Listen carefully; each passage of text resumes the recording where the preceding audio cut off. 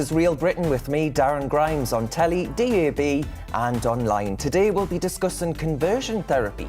It'll be banned for gay or bisexual people in England and Wales, but not for those who are transgender. Our politicians are struggling to define what a woman is. There are arguments about trans women in sport. Lord Robert Winston will join me on the show to clear it all up. Top biologist there. But first, it's the news with Olivia Guthrie.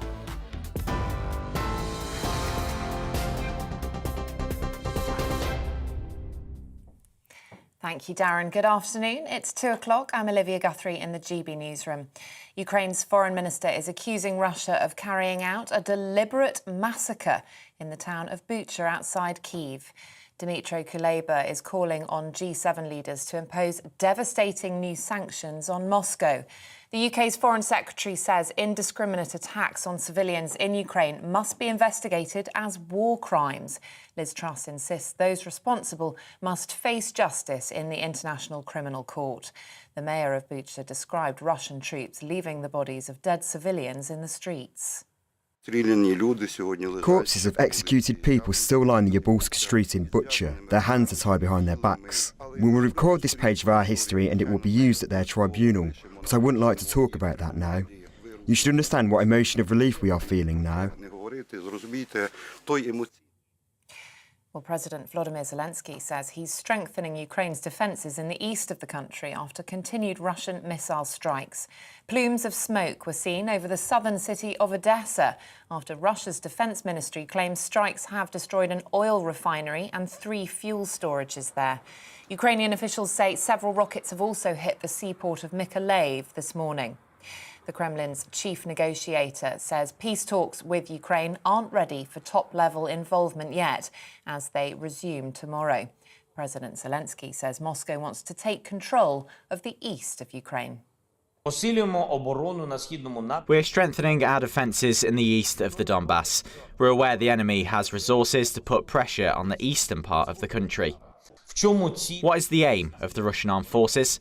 They want to seize both the Donbass and the south of our country. What's our aim?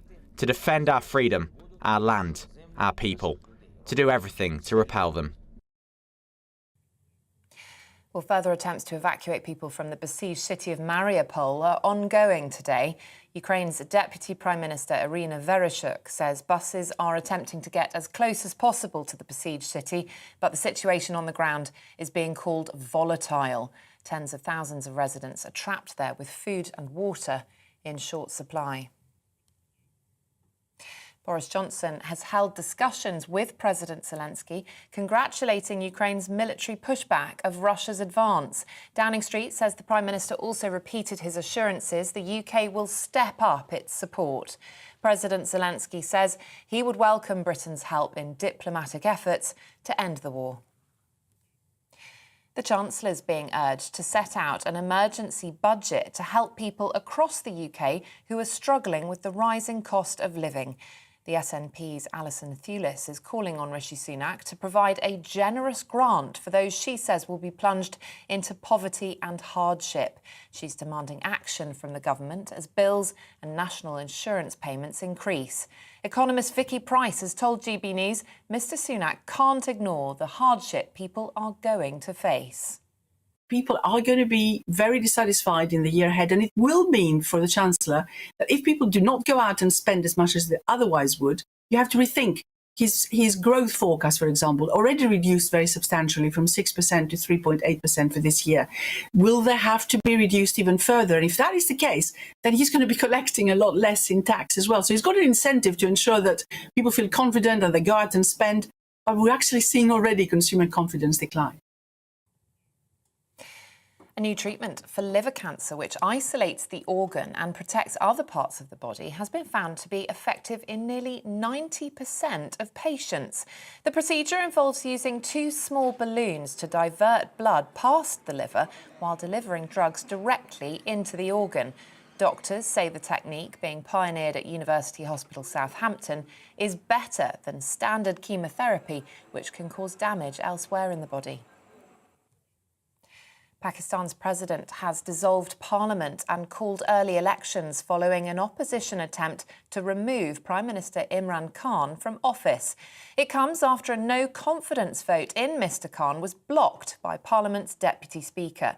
The former cricketer, who was elected in 2018, believes the move to oust him was orchestrated by the US, a claim Washington denies.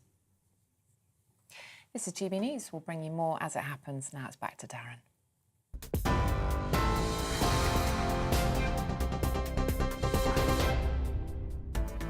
Welcome back to Real Britain with me, Darren Grimes. Thank you very much for your company. Here's what's coming up on the show. The government will ban conversion therapy for gay and bisexual people, but not for those who are transgender. This came hours after it had said it would drop plans for the ban entirely. Was the government right to U-turn on conversion therapy? We're going to be discussing that very issue. Alex Epstein, philosopher and energy expert based in the USA, will join me on the show. He was the potential target of a smear campaign due to his views on fossil fuels and net zero. How are we ever going to solve the energy crisis if those with different views can't come to the table to find a solution? It's a free speech crisis. Transgender issues have been all over the news this week. American swimmer Leah Thomas has faced strong criticism when photographed next to women she beat in a race. Trans cyclist Emily Bridges has been stopped from competing at the national championships. There's plenty to discuss on that issue, and I'm delighted that Lord Robert Winston will join me before 2 p.m.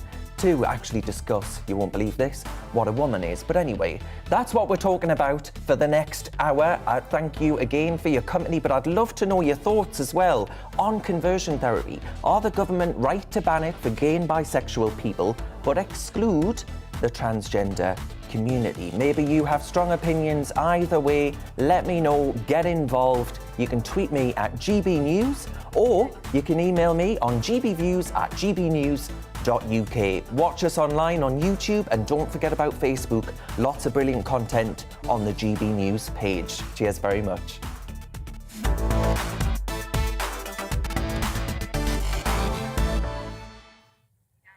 As I said there, folks, how have we managed to get to a point in Britain in which politicians are bombarded with not questions on the worst cost of living crisis that the country has seen in generations, but questions like, can a woman have a penis? How can a politician be too terrified to answer a question like that, revealing them not as sympathetic, but utterly spineless? The public, I think, will quickly conclude that such politicians aren't fit to run a bath, never mind the country.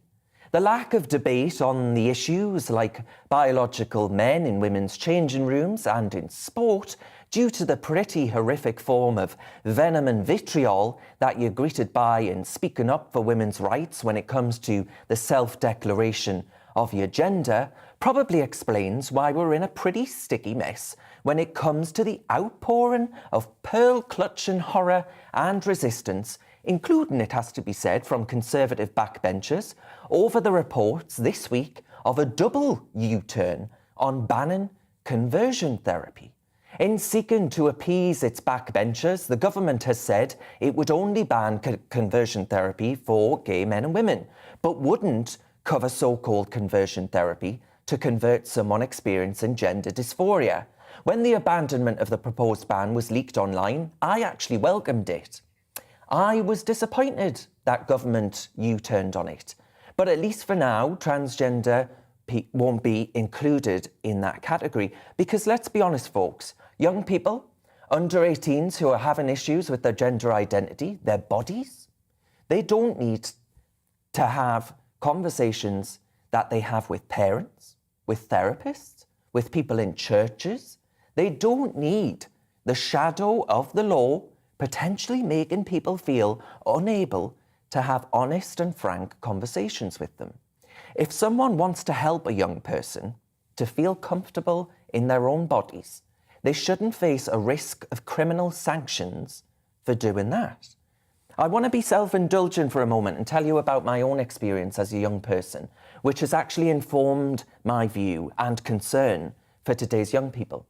As a 15-year-old, I had endured years of homophobic bullying. I was deeply uncomfortable in my own body with myself. I was referred to child and adolescent mental health services, CAMS, and I was desperate to know what was wrong with me, to find out why I was like this. How could I make this torment stop?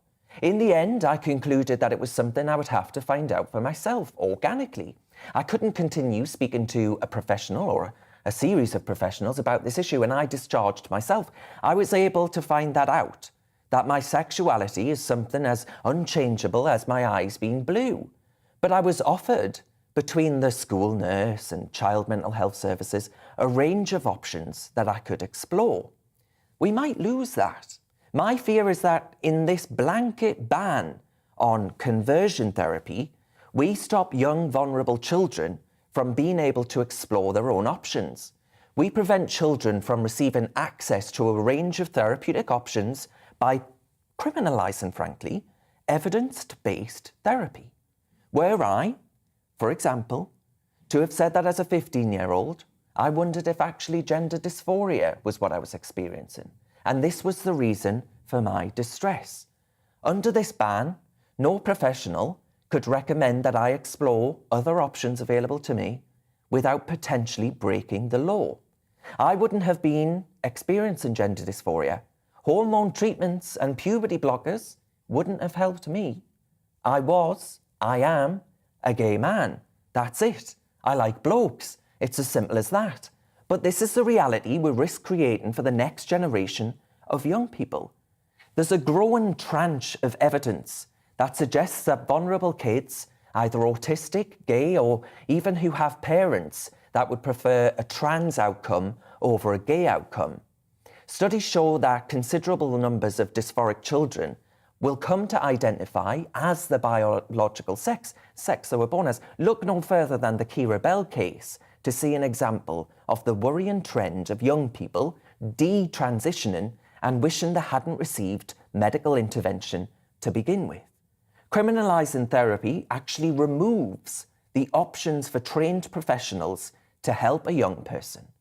Ultimately, a blanket ban on so-called conversion therapy would be placing, in my view, ideology and laudable-sounding legislation ahead of the best route for care for some of our nation's most vulnerable people. Notably, though, there are already existing laws that criminalise physical and verbal acts of this conversion therapy. But when we've seen a massive 4,000, and I want to repeat that, 4,000% rise in the number of children suddenly experiencing gender dysphoria in the last 10 years, I think we simply cannot end up in a situation where we potentially criminalise conversations with these vulnerable kids about topics with doctors, therapists, and even parents, folks.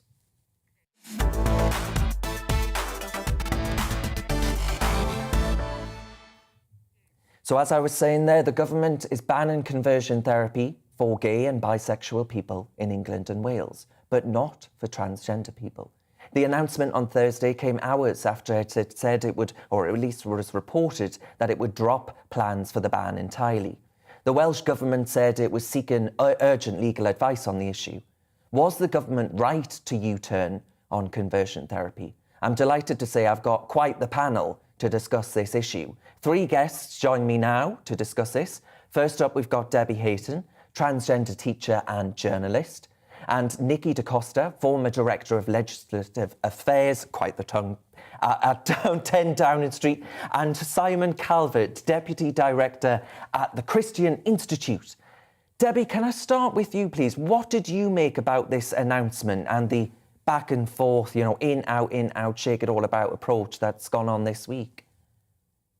Well, I was concerned about the total confusion that erupted on Thursday night.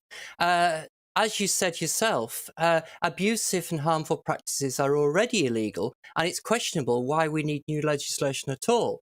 The concern, as you pointed out, Darren, is children, and it's children who need a wide range of approaches, not just to be railroaded down an approach that says they're transgender.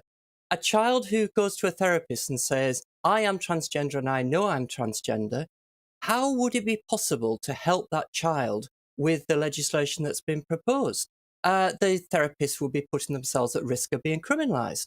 Now, the government's U-turn on the U-turn suggested that transgender people would be kept out of this new law. So the government knows the problem. They're aware of the problem. But do they really think for a moment that if the government tried to keep out transgender people from this legislation, there will not be equally hasty amendments made in Parliament, and the lobby groups will go wild over this to say, you're protecting cis people but not the trans. I do not think for a moment that law will actually go through unamended and we'll be back in the problem which we're so frightened about. And Nikki, is that your concern as well? You've got vast experience of this kind of legislation going through Parliament. This is open to amendments, as Debbie so rightly says. I think it's first of all worth clarifying what the particular problem is. So everyone would absolutely agree that conversion therapy is abhorrent in terms of how it's usually understood, and that those physical and verbal acts are already illegal under a host of different legislation. The specific proposal which is causing the issue is to capture talking therapies, and here the usually positive word about exploratory therapy designed to help an individual come to their own answers, as you described from your own experience, is being used in a negative sense as a talking therapy that might stop a child from being from being trans. And the reason this is important is because you described that cohort. We've got a very new cohort of children having gender dysphoria. It's completely changed in the last 10 years. That you've mentioned the 4,000 increase from about 130 to now 2,200 in the last year. 2/3 are girls. 35% have mild to severe autism. There's often a history of already identifying as gay or lesbian, suggesting internalized homophobia, prior mental health issues, and in addition, overrepresentation of those in care. And in addition, as we've seen the National Medicine Agency for France come out and say, we don't know of this cohort which will persist in their trans identity and which is just a normal stage of confusion in their adolescence. And so if you come in and legislate in this space, you better make sure that you define your terms about what is talking therapy, what is good talking therapy, what is bad talking therapy, and nobody's defining that. And I know I'm overcoming, but I just want to bring this together with the piece that you're doing later. We have a situation in which lobby groups are trying to take away from the ordinary meaning of words, for example, the use of talking therapy in a negative sense. And if you have a situation in which somebody wants us to weaponize and say that therapist, this child actually no longer feels that they're trans. They've identified, actually, I just felt really uncomfortable that I fancied that girl. I'm speaking from, if that's the situation, and then somebody says, no, you have been subject to conversion therapy, you should go to the courts. And then you see therapists thinking, do you know what? I just can't put my family through that. I better not be in this space. And then you have this very vulnerable cohort, which is growing, not able to access support. And that's why it is nobody in this debate wants conversion therapy. What they do want to do is preserve good therapeutic exploration. Absolutely. Simon, you've heard the two contributions there. Are you concerned, because I've seen the Let Us Pray campaign, are you concerned that future amendments to this legislation will actually start to chip away at religious freedom? Yes, very much so. It's the ordinary work of churches that we're concerned about, because, as has been said, if people are victims of verbal or physical abuse, that's illegal, and they can and they should report that to the authorities. But what some people mean when they say conversion therapy is they mean churches teaching the Orthodox Christian faith. Now, the Christian faith has some things to say about what makes men men and women women, about sex and sexuality. The Christian faith has some things to say about that, which we know are pretty unfashionable. I believe them with all my heart, and many Christians do, but they're not fashionable. But some people, when they say conversion therapy, that's what they want the law to stop. The leading activist on this, Jane Ozanne, she's gone out of her way to be explicit that she wants, and this is the phrase she used, gentle, non-coercive prayer to be included in the conversion therapy ban. Prayer, if it's the kind of prayer she doesn't like, she doesn't agree with, she wants to see it banned.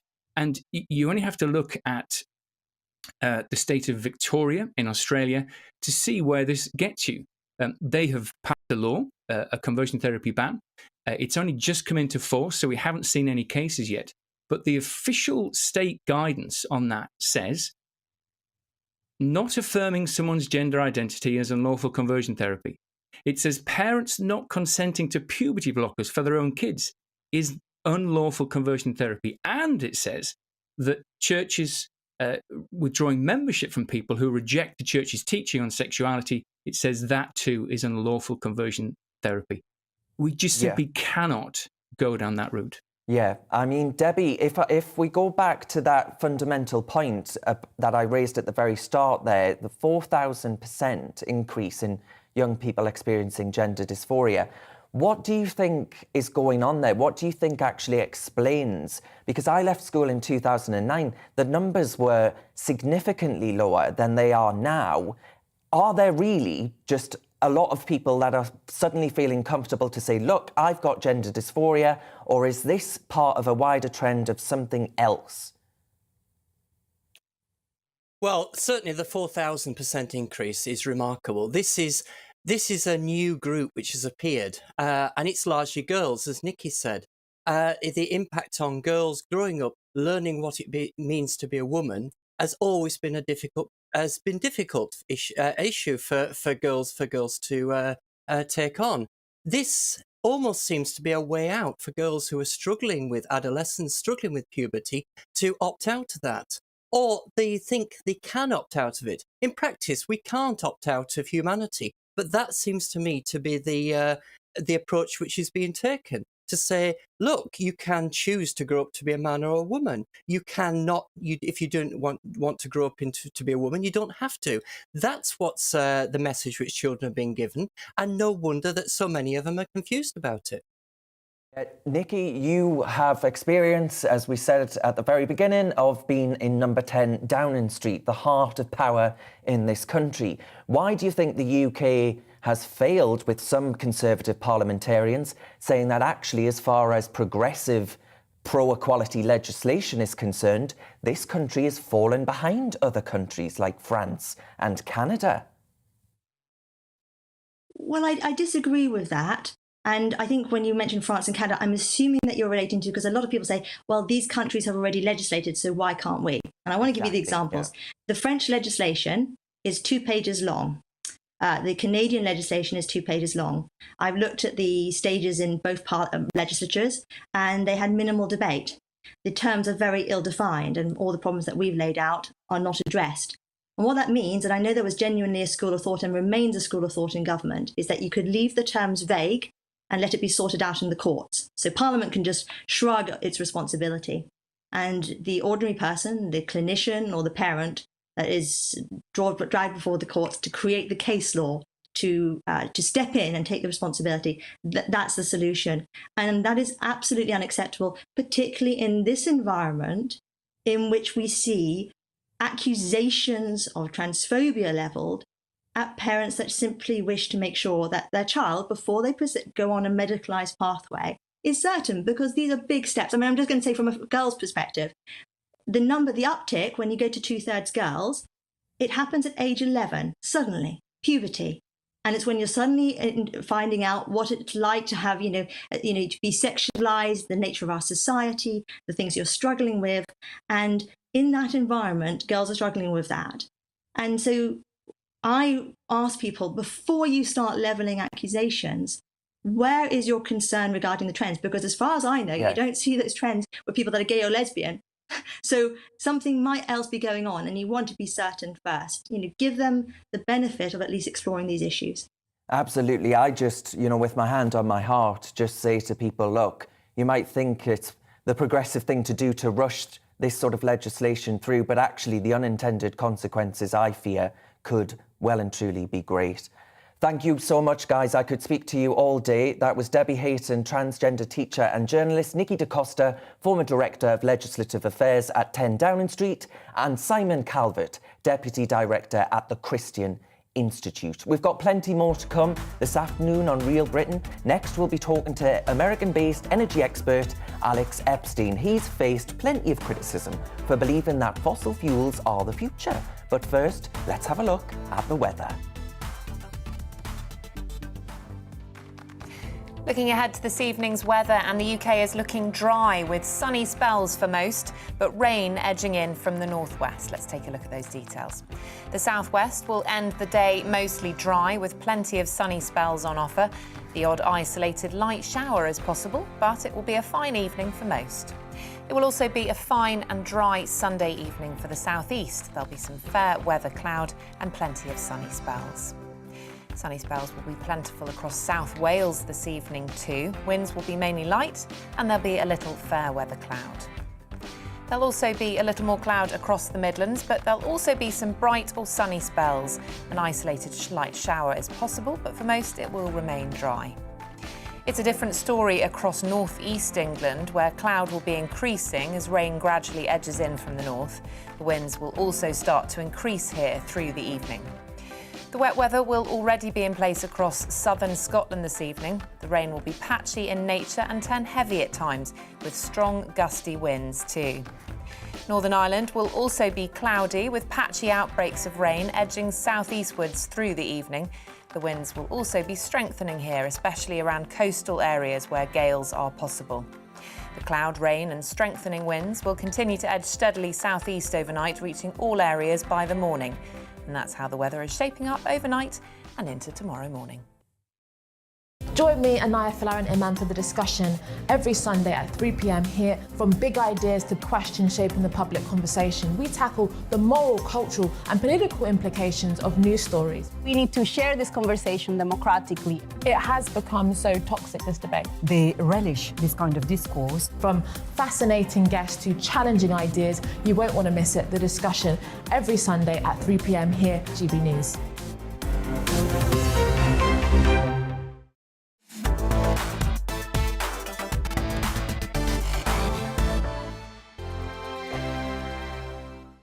Europe is in the grip of the most devastating humanitarian crisis since World War II. The people of Ukraine are facing unimaginable suffering as their homes are destroyed and their loved ones are killed. Millions of people are being forced to flee for their lives, carrying only their children, their pets, and the clothes on their back.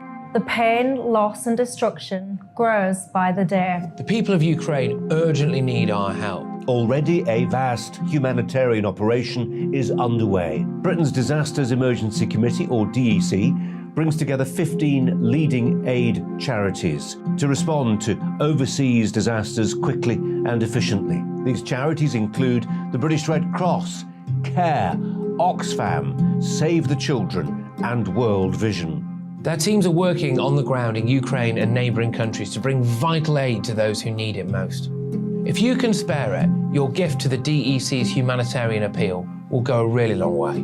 £10 provides essential hygiene supplies for a person for a month. £50 provides blankets for 4 families. £100 provides emergency food for 2 families per month. It's easy to give. You can donate online at dec.org.uk or call the 24-hour donation line on 0370 60 60 900. If you prefer to send a cheque, please post it to the Ukraine Humanitarian Appeal, PO Box 999, London, EC 3A 3AA. To give £10 on your mobile, simply text the word crisis to 70150. Standard network charges apply for calls and you must be 16 or over. Texts are charged at the standard network rate and your £10 donation will be added to your bill. 100% of your donation goes directly to the DEC to save lives and deliver critical support where it's needed.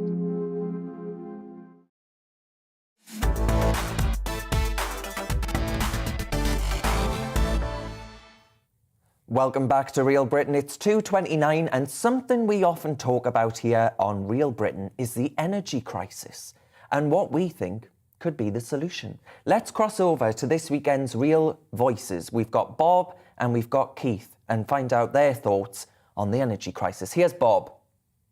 But here in the UK, we've been very complacent about energy security for too long. Gas storage has been reduced. We produce electricity very, very sporadically. When we look at the renewables, I don't believe renewables are the immediate answer. Potentially in a long term, it might be an answer to energy security across the UK, but at the moment it's totally unreliable, the wind and the solar. We should be and should have been invested in nuclear for years, decades in fact. And we do need more nuclear. I also believe fracking could be part of the solution. It's not the solution, but it could be part of the solution. We do need to re-explore fracking and using these resources that we've got beneath our feet. And of course, North Sea oil and gas should be utilised. British people suffer yet again. We sit on billions of tonnes of gas, oil and coal. Germany, France and most of Europe continue to burn these commodities to provide power for their own people, and China builds a coal-fired power station every week.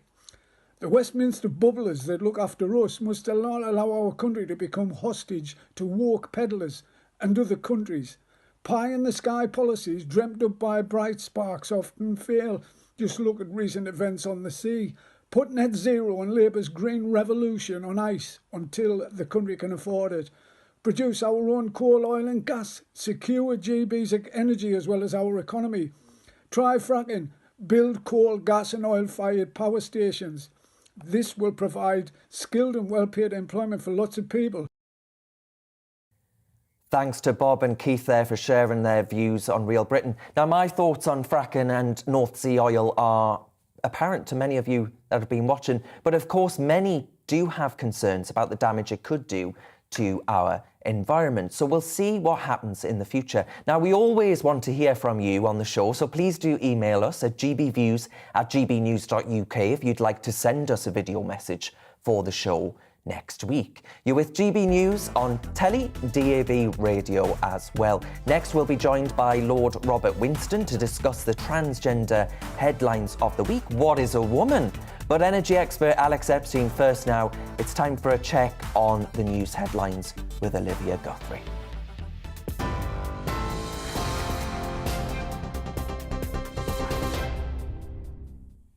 Thank you, Darren. It's 2:32. Here are the latest news headlines from the GB newsroom.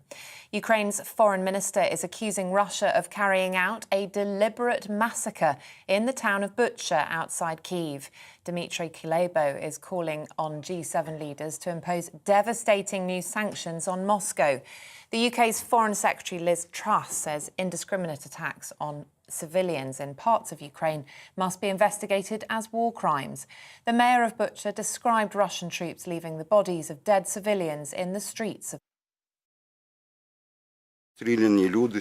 Corpses of executed people still line the Yablsk street in Bucha. Their hands are tied behind their backs. We will record this page of our history and it will be used at their tribunal, but I wouldn't like to talk about that now. You should understand what emotion of relief we are feeling now.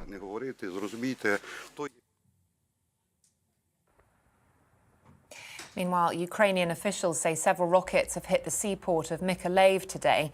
It's after the country's President Volodymyr Zelensky said he's strengthening their defences in the east. Plumes of smoke were seen over the southern city of Odessa after Russia claims strikes destroyed an oil refinery and 3 fuel storages there. The Kremlin's chief negotiator says peace talks with Ukraine aren't ready for top-level involvement yet. They resume tomorrow. A quick warning, the following footage contains flashing imagery. At least 6 people have died and a further 9 are injured after shooting in the US state of California.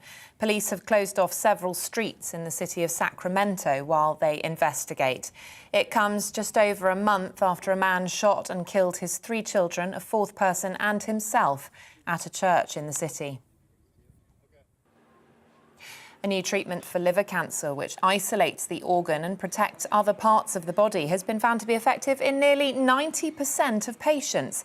The procedure involves using 2 small balloons to divert blood past the liver while delivering drugs directly into the organ. It's being pioneered in the UK at the University Hospital, Southampton. TV, online and DAB+ radio, this is GB News. We'll be back with Darren in just a short moment.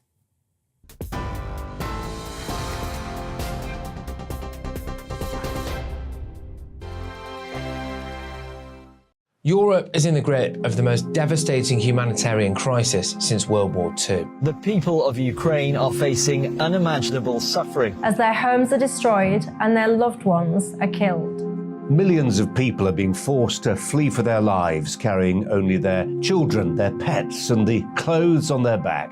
The pain, loss, and destruction grows by the day. The people of Ukraine urgently need our help. Already a vast humanitarian operation is underway. Britain's Disasters Emergency Committee, or DEC, brings together 15 leading aid charities to respond to overseas disasters quickly and efficiently. These charities include the British Red Cross, CARE, Oxfam, Save the Children, and World Vision. Their teams are working on the ground in Ukraine and neighbouring countries to bring vital aid to those who need it most. If you can spare it, your gift to the DEC's humanitarian appeal will go a really long way. £10 provides essential hygiene supplies for a person for a month. £50 provides blankets for 4 families. £100 provides emergency food for 2 families per month.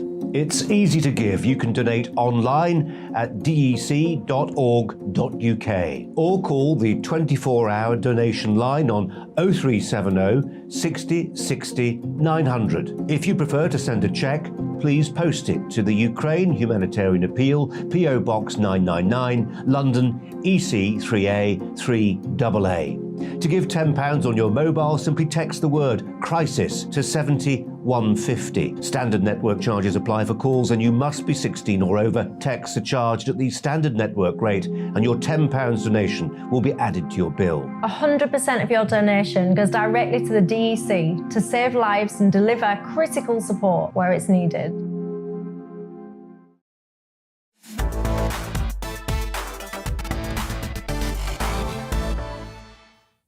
It's now 2:37 and it's time to talk about energy. When it comes to the great energy debate, it feels like the sort of animosity between different groups, two opposing sides, that gap is really wide. We were talking about it in the transgender debate there, but in this one, I think it's really, really palpable.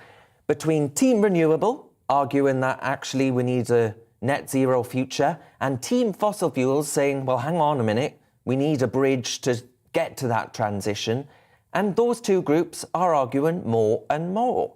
My next guest, Alex Epstein, who was based in the United States, claims he was the victim of a smear campaign for his views on energy. Now, here in the United Kingdom, GBNews' own Nigel Farage had to cancel the launch of his new campaign against net zero for his Vote Power Not Poverty campaign after organisers found that they'd had their venue cancelled, one venue cancelled, then their second venue that they'd booked. The host, the manager of that venue, received a torrent of abuse and threats and intimidation. So I say, why can't we just sit down and talk about this? What's happening to speech and debate, not just in this country, but in the US as well? I'm joined now by Alex Epstein, who is a philosopher and energy expert and the author of The Moral Case for Fossil Fuels, with a new book coming out shortly too. Alex, you're clearly in favour of using fossil fuels for energy. Could we start by just discussing why that is, first of all? Sure, absolutely. So the basic reasons are, one is energy is crucial to human life, or what I would call human flourishing. And specifically, we need low-cost, reliable energy for billions of people in thousands of places. Number two is that fossil fuels are uniquely good at providing low-cost, reliable energy on a global scale. That's why they're 80% of the world's energy today, and they're also still growing, particularly in places that care most about low-cost, reliable energy, such as China and India. So when you are looking at fossil fuels and when you're looking at the side effects, which they do have, including climate impacts, you need to factor in those benefits. And my argument is, if you look at the benefits and side effects carefully, fossil fuels are an overwhelming good, in particular because they have a benefit almost nobody discusses, which I call climate mastery. They allow us to take the naturally very dangerous climate and to make it unnaturally safe. That's why this is a matter of public record, but most people don't know. Our deaths from climate-related disasters like storms, floods, heat, cold, etc., have gone down 98% over the last 100 years. as it's warmed 1 degree. So there's no climate crisis. There's actually a climate renaissance because the benefits of fossil fuels are just so overwhelming. I mean, Alex, a lot of people, some people watching this may well be clutching their pearls, saying, I've never heard such a pro-fossil fuel narrative before. And actually, they might say, well, hang on. How do we mitigate the effects of man-made climate change and reduce air pollution, for example, which is a problem in many of our biggest cities? Well, I think before you talk about the future impacts, you have to recognize the present, which is we've been emitting CO2 for the past 170 years. It's warmed 1 degree. I do believe that the CO2 has contributed to that. As I said, climate-related disaster deaths are down by 98%. That means you and I, and really not just us, everyone around the world, is 1/50th as likely to die from a climate-related disaster. So before you are worried about the future, you need to acknowledge that the present is amazing. As far as pollution, pollution has gone down dramatically in the world. And often what fossil fuels are doing is they're replacing wood and animal dung, which are involved in heating and cooking in poor places. So fossil fuels are actually taking a naturally dangerous climate and making it unnaturally safe. And they're taking a naturally dirty environment and making it unnaturally clean.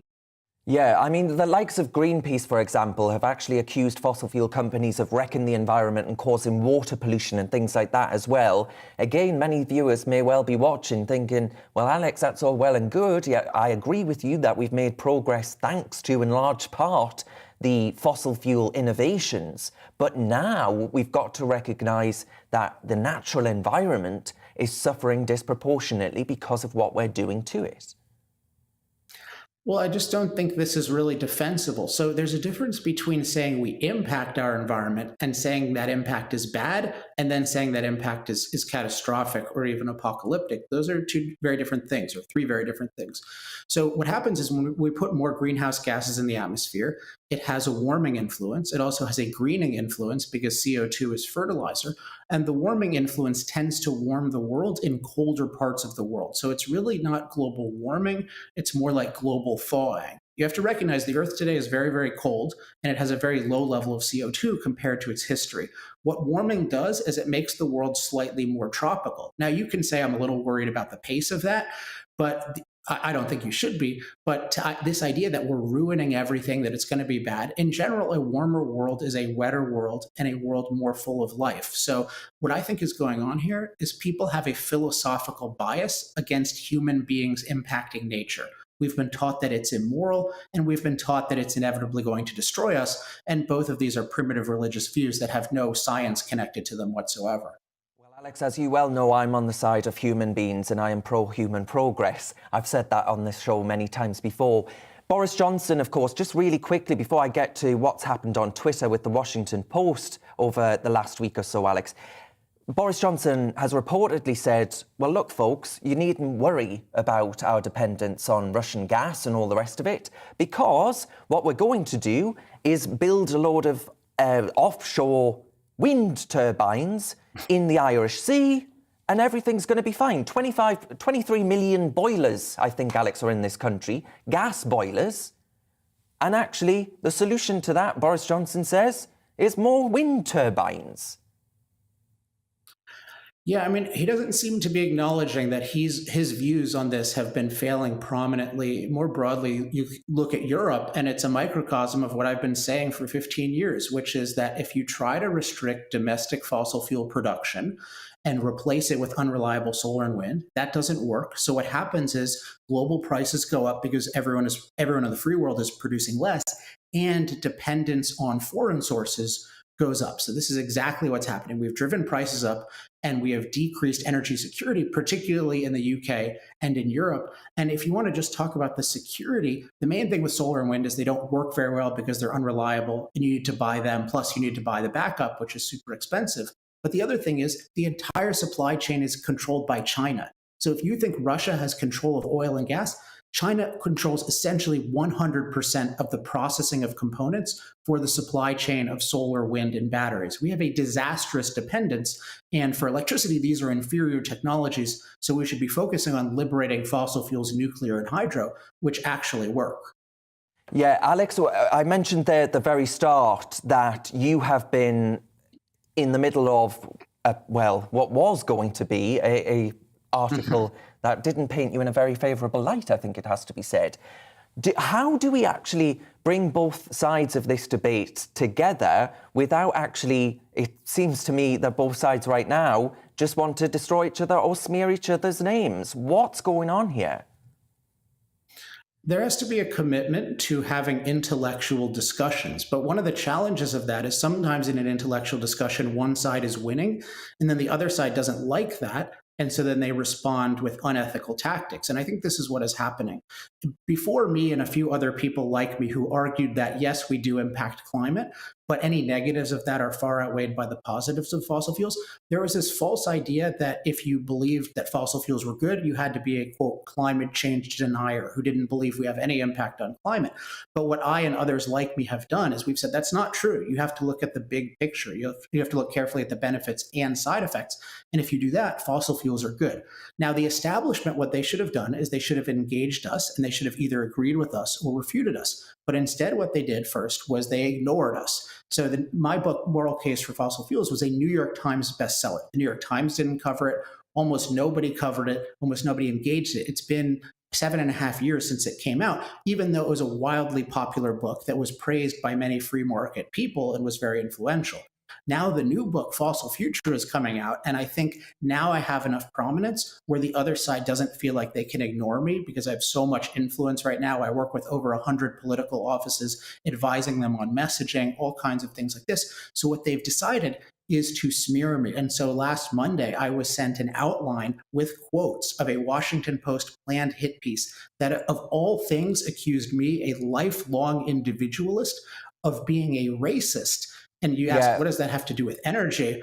They said, because you're a racist, you don't really care about all the energy poverty in the world, all the people who, say in Africa who need energy, and therefore we don't have to listen to you. Line of attack, Alex, especially when you've been arguing that what developing economies need is better energy security and all of the rest of it. So it is extraordinary, and I'm really sorry that it's happened. And I'm also really sorry that we're out of time with that slot. Alex Epstein there, philosopher and energy expert, and the author, as he well said, of The Moral Case for Fossil Fuels. We did contact the Washington Post for a response, but we didn't actually hear back from them. Now, folks, it's time to pop into our virtual classroom. Our politicians struggle to define what a woman is, apparently, and there have been plenty of stories in this week about trans women athletes. So today we're going to get to the bottom of it. What is a woman? I'm delighted to say I'm joined by Lord Robert Winston, Professor of Science and Society at Imperial College London and Professor of Fertility Studies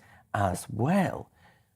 Hello there. What is a woman then? How do we actually define a woman? Apparently a lot of politicians are struggling with this now.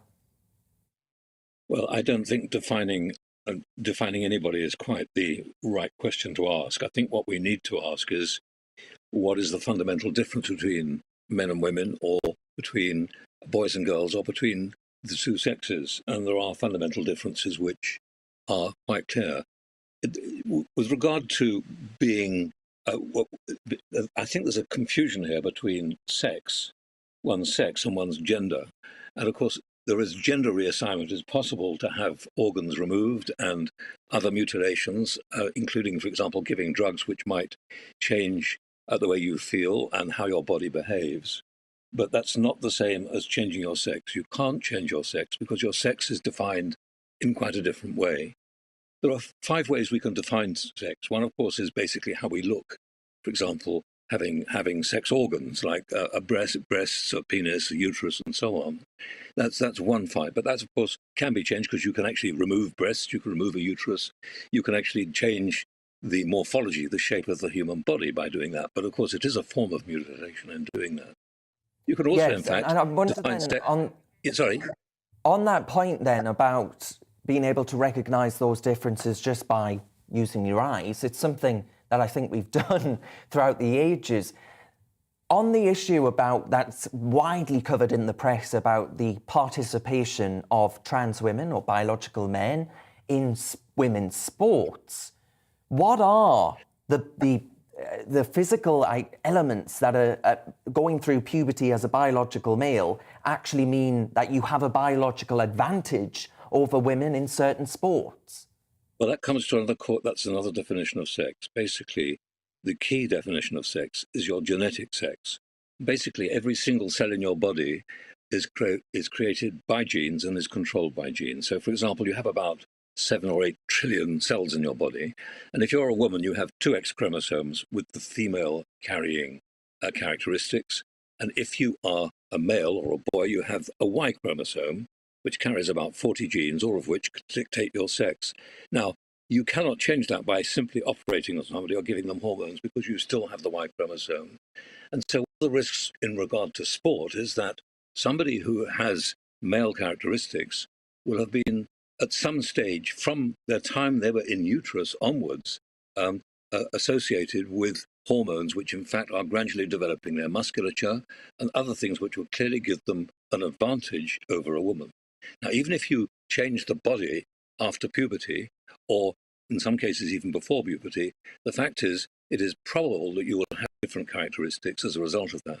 Now, the issue, of course, is that nobody's ever done any proper research just to see how this is. And one of the difficulties is because the whole issue of transgender is so complex and is so much criticized. As soon as you come on the media and mention that you believe the things that I'm saying are biologically true, are scientifically certain, you come under immense criticism. So doctors and physiologists and people like myself tend not to put their head above the parapet. But actually, that's one of the reasons. Yes, and that is truly damaging, I think, for debate and speech. I mean, you standing up in the House of Lords, in the upper chamber, and saying that actually it was part of the maternity bill on when the Attorney General would have had to resign in order to actually go on maternity leave. And part of this bill said pregnant people, if I've got that right, instead of course, women, right. Because I cannot get pregnant, for example, as you well know. So I want to just ask about that bill in particular. Why do you think there has been this increase in this changing of language and words accepted for many, many years in this country? I think there is pressure from the transgender community, which is understandable. I have nothing against transgender people. They're perfectly welcome, as far as I'm concerned, to either behave or dress like a female or a male. That's entirely up to them. But there are certain things which they can't change. And one of the things you can't change is to actually have a baby. It's not possible for a male to have a baby. In fact, nobody's ever managed to do this, although there have been many people who've changed their sex from female to male, for example, who've subsequently, in fact, as a fertility surgeon, asked me if I would try and help them have a baby. So I've had requests for males to have babies. The only way you could do that would be by implanting an embryo directly into the abdomen, where, of course, it would grow rather like a tumour and would risk the life of the individual, which is why, of course, nobody has done that. Even transplanting a uterus, which is technically just possible, you might be able to eventually have somebody who is pregnant who's a male, but the risk to that person would be so great that no surgeon, no doctor would contemplate it. The other problem, of course, is this, that if transgender is a normal procedure, then the real question is, does the NHS be expected to pay for this? Because if people, in fact, have a problem with their sex, to what extent is this an illness, or is it just a condition that they want to change?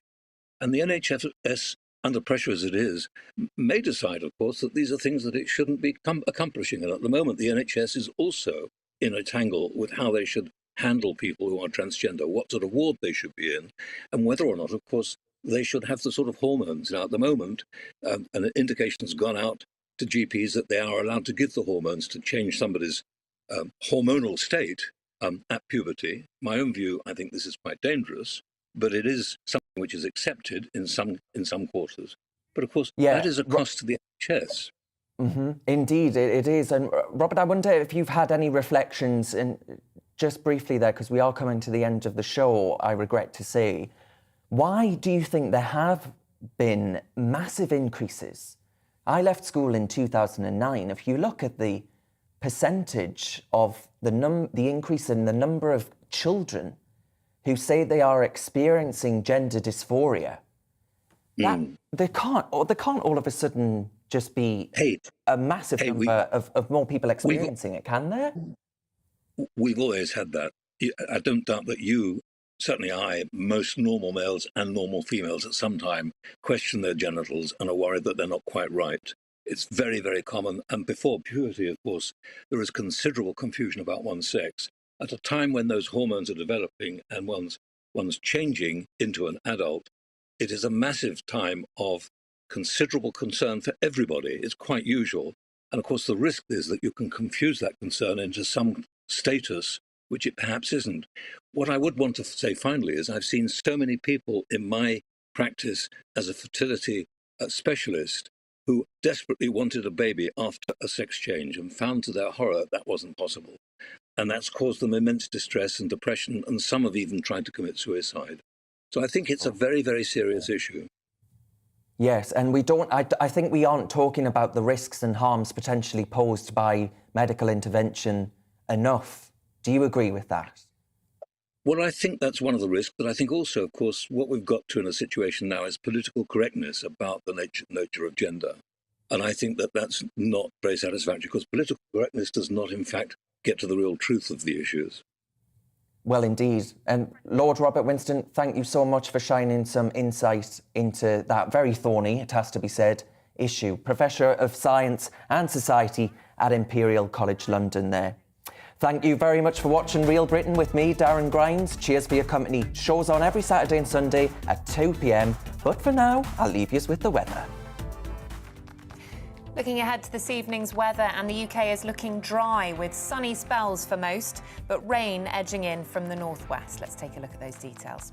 The southwest will end the day mostly dry with plenty of sunny spells on offer.